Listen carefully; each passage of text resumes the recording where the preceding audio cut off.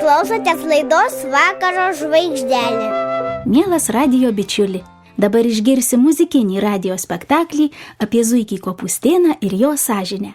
Dėkojame Salvinijai Petrulytei, kad sukūrė šią istoriją ir padovanojo Vakaro žvaigždelės klausytojams.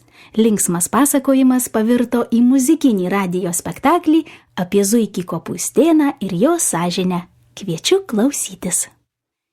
Zuikis Kopūstėnas beuodegis šokavo mėlynojoje girioje ir džiaugėsi vasarą. Vasaros lietutis tešku, nuplovė dangų lygi žemės krašto. Suspindo saulė, atsiuntė zuikutį. Strykt pastrykt, išdykėlį jokutį. Aš juoksiuos kartu, zuikį vysiuos. Cimram, cimram, per žalią pievą nusirisim. Aš juoksiuos kartu, zuikį vysiuos. Cimram, cimram, per žalią pievą nusirisim. Širdelė džiaugsmo prisipildė. Tuk, tuk, tuk, iki dangaus. Per visą širdį, tuk, tuk, tuk. Laimės gėlė pražydo. Aš juoksiuos kartu, zuikį vysiuos. Cimram, cimram, per žalią pievą nusirisim. Aš juoksiuos kartu, zuikį vysiuos. Cimram, cimram, per žalią pievą nusirisim. Vasara žydėjo ir zuikis Kopūstėnas gyveno be jokių rūpesčių. Šokinėja, krykštauja, verčiasi kūliais. Toks laimingas zuikis buvo todėl, kad vieno didelio dalyko jį dar visai mažą mamutė buvo išmokiusi. Vaikeli, sakydavo ji, visada klausyk sąžinės balso. Tai žinosi, kaip gėrį nuo blogio atskirti, o tada ir laimingas būsi.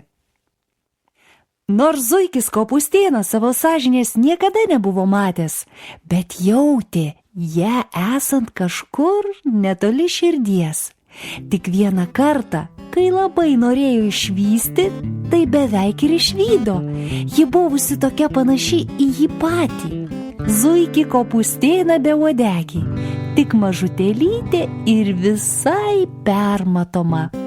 O štai jos balsą visat labai aiškiai girdėdavo ir jo klausydavo.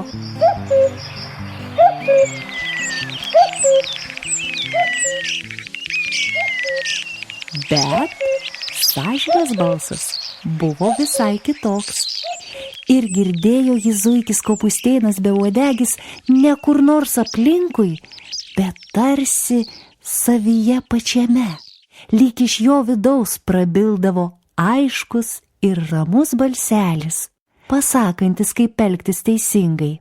Ir dar niekad nebuvo, kad apsiriktų, nors kartais Kopūstėnui ir kildavo noras dėl kokio poelgio pasiginčyti, bet vėliau aiškiausiai suprasdavo, kad sąžinės balsas nesuklysta. Betgi vieną dieną atsitiktų man tokiam keistam dalykui.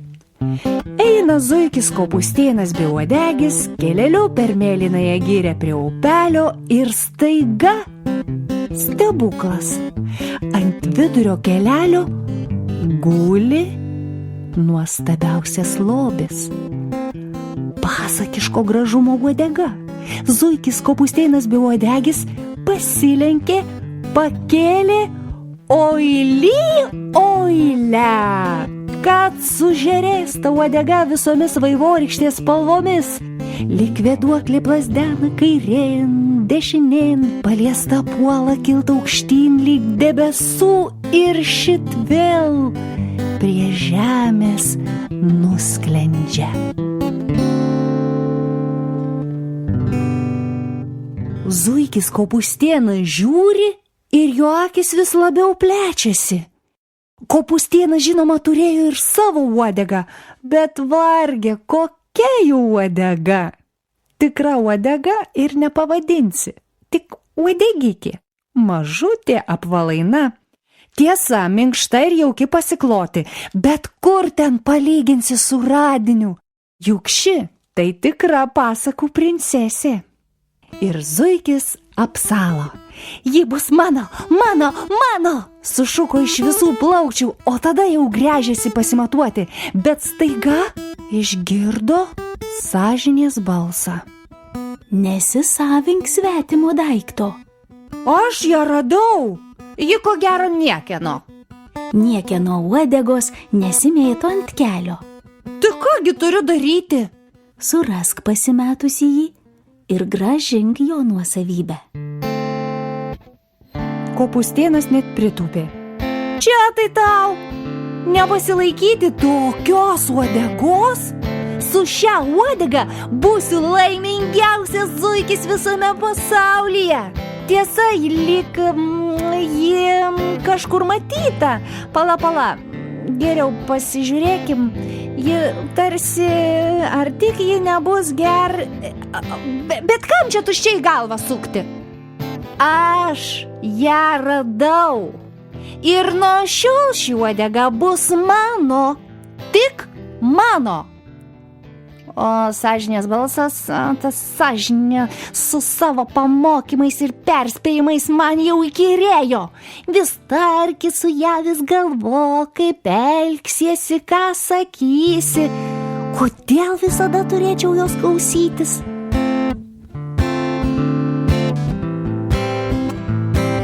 Jei kam nors liūdna, Na ir kas? o jei kas verkia, Na ir kas? ką nors įžeisti, Na ir kas?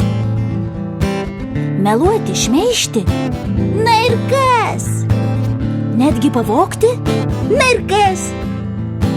draugus išduoti. Na ir kas? Širdelė jau nebekalbėjo, tik tuksėjo. Širdelė jau nebekalbėjo, tik tuksėjo. Ir kai sąžinė dar kartą jį prabilo, jis lyg netyčiomis atsargiai nusigręžė nuo sąžinės. Pagyvensiu kokią dienelę be jos, va, ir bus viskas gerai, o tada pasičiupo puikiąją uodegą ir dzimdzilim nustraksėjo į namelius. Kopūstėnas beuodegis, praradęs sąžinę, lyg nieko tokio ir nepajuto. Visa kita buvo savo vietose – akys, ausys, kojos. Ir tik kažkur į giliausią zuikio kopūstėno beuodegio širdies kertelę įsirangė kažkas tuščias, nesmagus, lyg ir liūdesys. Bet zuikis į tai dėmesio nekreipė. Pabus ir išeis tas liūdesys, tas kažkoks nesmagumas. Tegul čia sal dabar jis man netrukdo.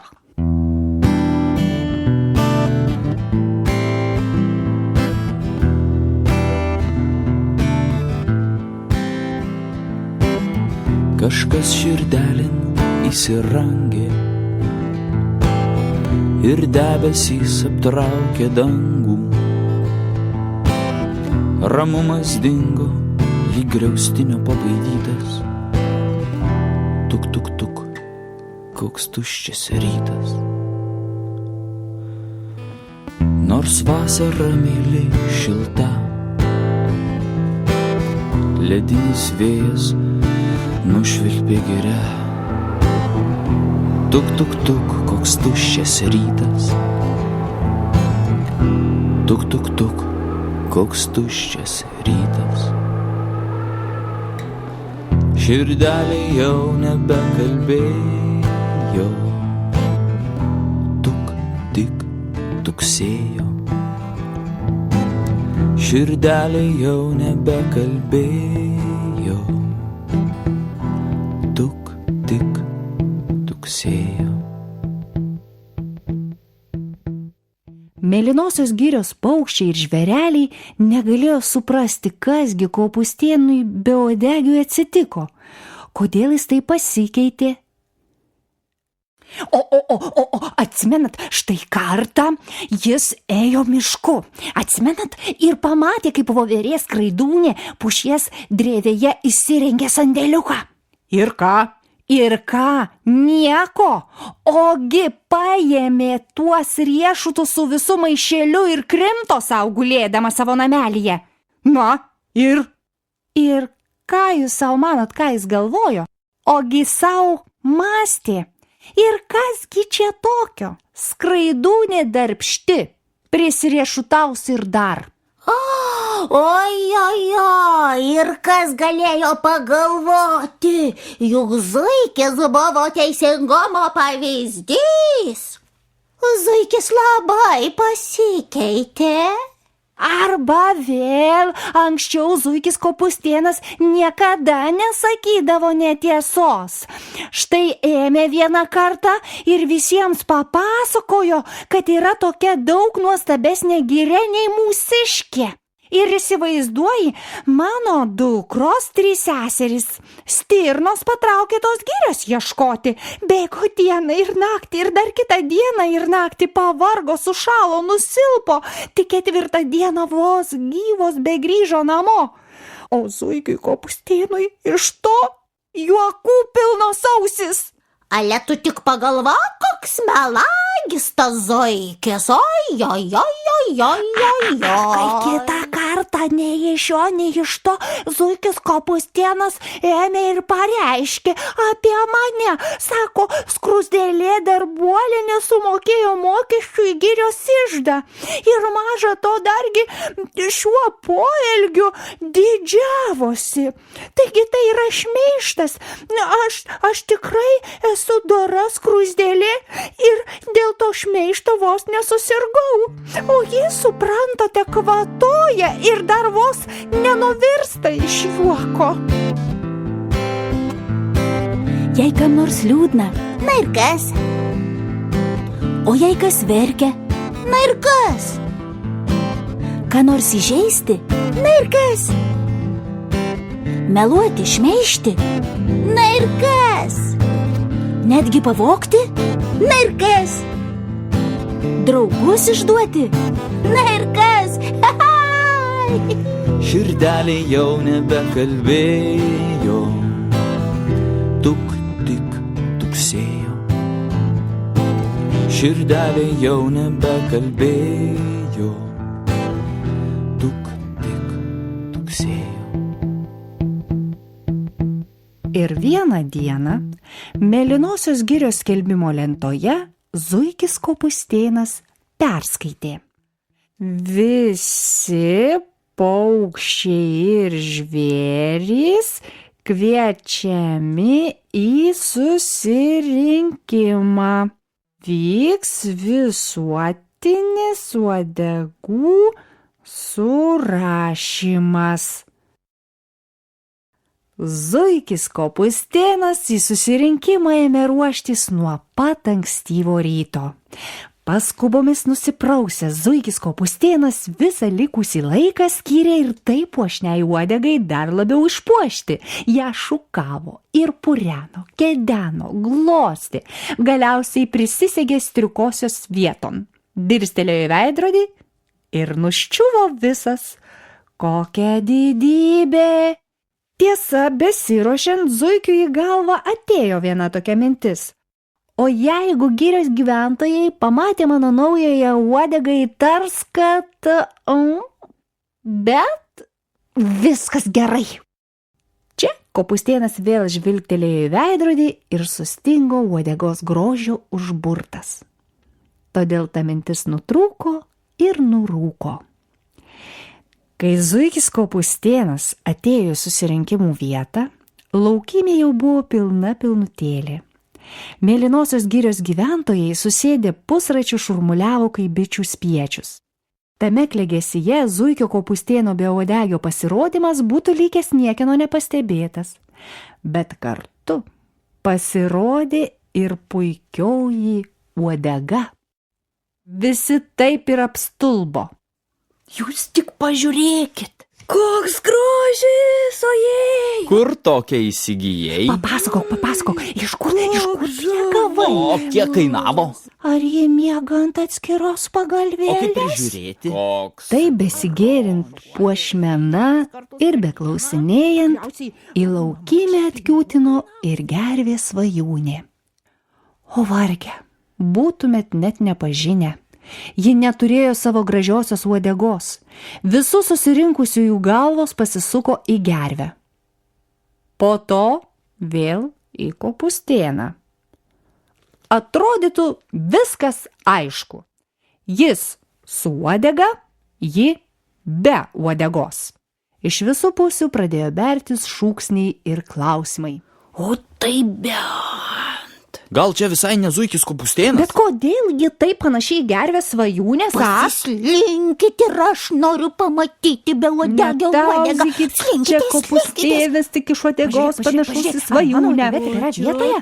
Kas apkirauti? Ir aš noriu pažiūrėti tą uodegą.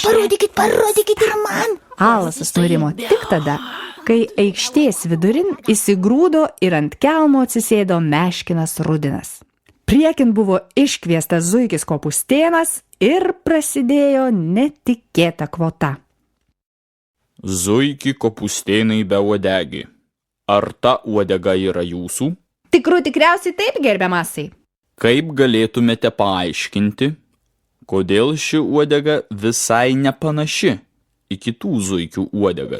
Kiti zuikiai nekilmingi, todėl jų uodegėlės yra labai kuklios. Kaip jūsų kopūstėnai be uodegi kilmė siejasi su šia uodega? Tolimų giminaičių šaknis bajoriškos, Anglijoje gyvenantis karališkieji zuikiai yra mano proseneliai. Ir jų maloningumu aš ir paveldėjau šią uodegą. Kaip ši uodega jūs pasiekė iš tokios tolybės? Siuntiniu. O kada jūs gavote siuntinį su uodega? Pernai, nes siuntiniai iš Anglijos labai vėluoja. Ar kas nors matė zuikį kopūstėną gavus tokią dovaną? Mačiusiųjų neatsirado. Tada Rudinas kreipėsi į gervę svajūnę ir ši graudžiai papasakojo, kaip prarado savąją uodegą. Netyčia pamečiau uogavau gervuogių krūmę. Tai pasitaiko, kai visiškai užsimiršti ir įninki į kokį nors užsiėmimą.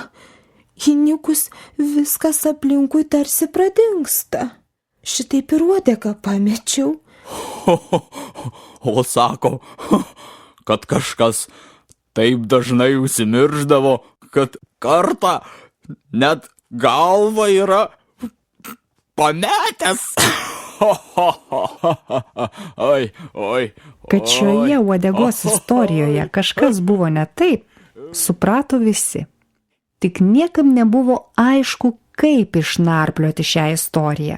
Nežinia, kuo tai būtų pasibaigę, tik šit pasigirdo cyplus balselis.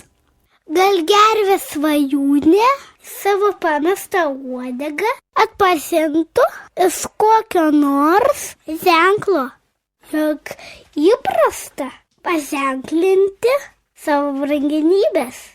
Turi būti kažkoks tai ženklas. Tai buvo pelytė Mikutė. Dažnai taip atsitinka, kad patys mažiausieji turi didžiausią išmintį. Visi tiesiog nušvito, juk būtinai turi būti ženklas. Ir žinoma, buvo. Gervė svajūnė pasakė. Uodegos apačioje yra 3 baltos pūkinės plunksnelės, tokios skaidrios, švelnios ir plazdančios. Net užsimerkusi atpažinčiau. Zuiki kopūstėnai be uodegi, apverskite uodegą ir parodykite jos apatinę pusę. Beliko apversti uodegą. Jūs tik pažiūrėkite. Vajė. Ai bent. Ir vai.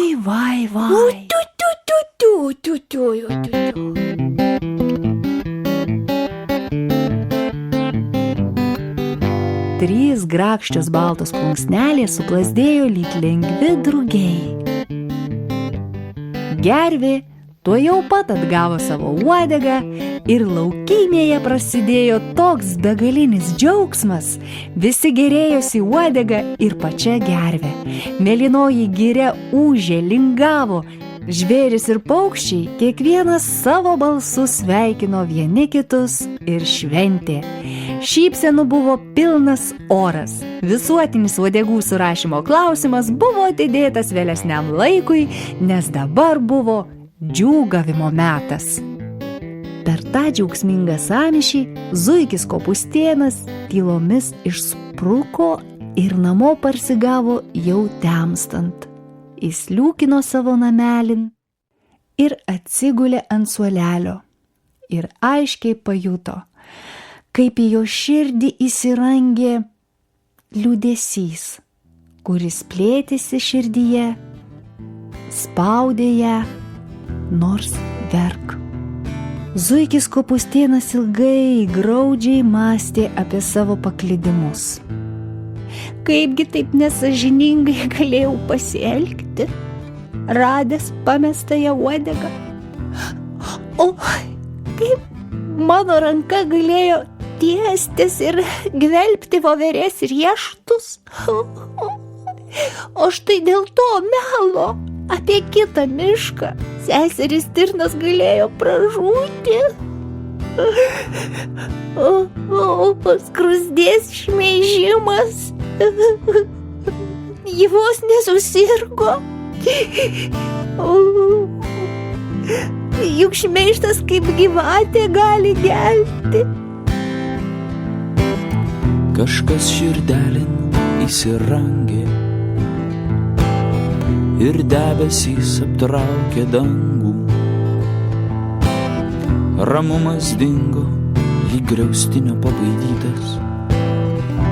Tuk, tuk, tuk, koks tuščias rytas.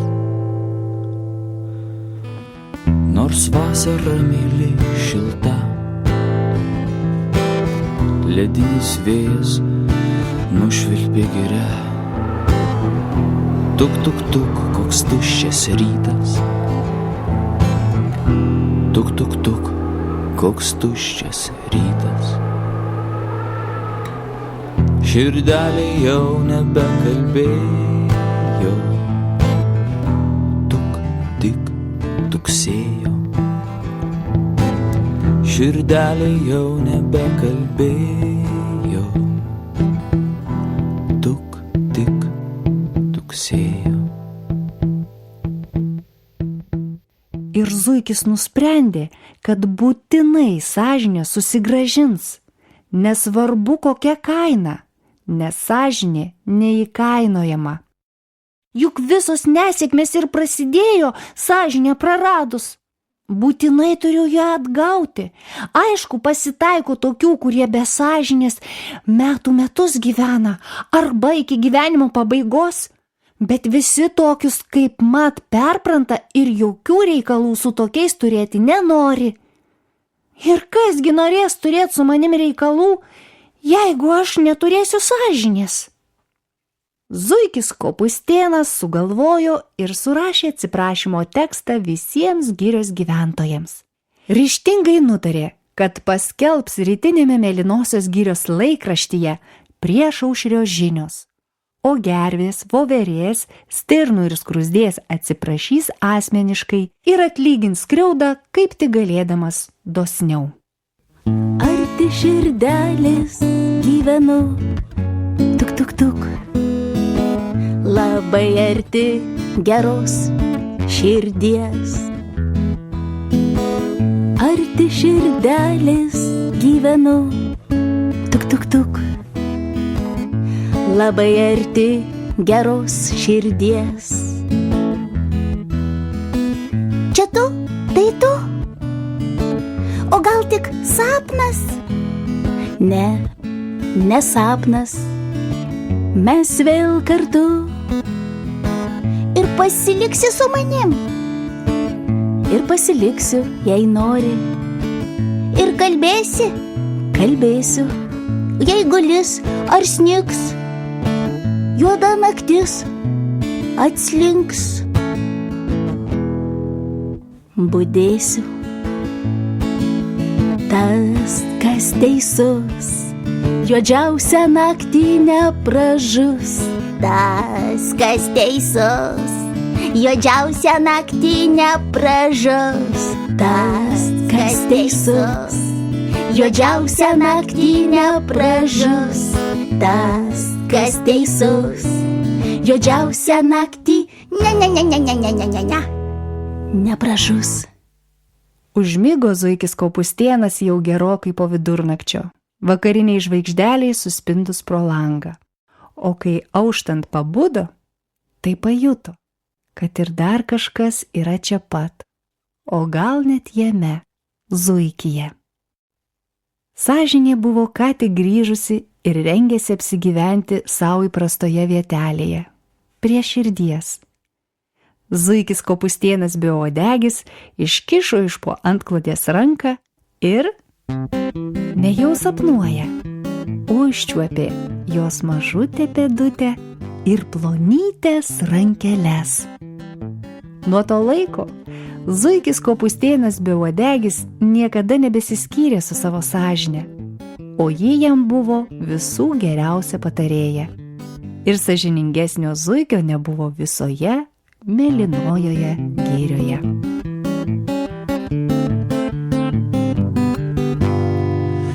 Vasaros lietutis tešku, nuplovė dangų lygi žemės krašto. Suspindo saulė, atsiuntė zuikutį. Strykt pastrykt, išdykėlį jokutį. Aš juoksiuos kartu, zuikį vysiuos. Dzimram, dzimram, per žalę pievą nusirisim. Aš juoksiuos kartu, zuikį vysiuos. Dzimram, dzimram, per žalę pievą nusirisim. Širdelė džiaugsmo prisipildė. Tuk, tuk, tuk, iki dangaus. Per visą širdį, tuk, tuk, tuk. Laimės gėlė pražydo.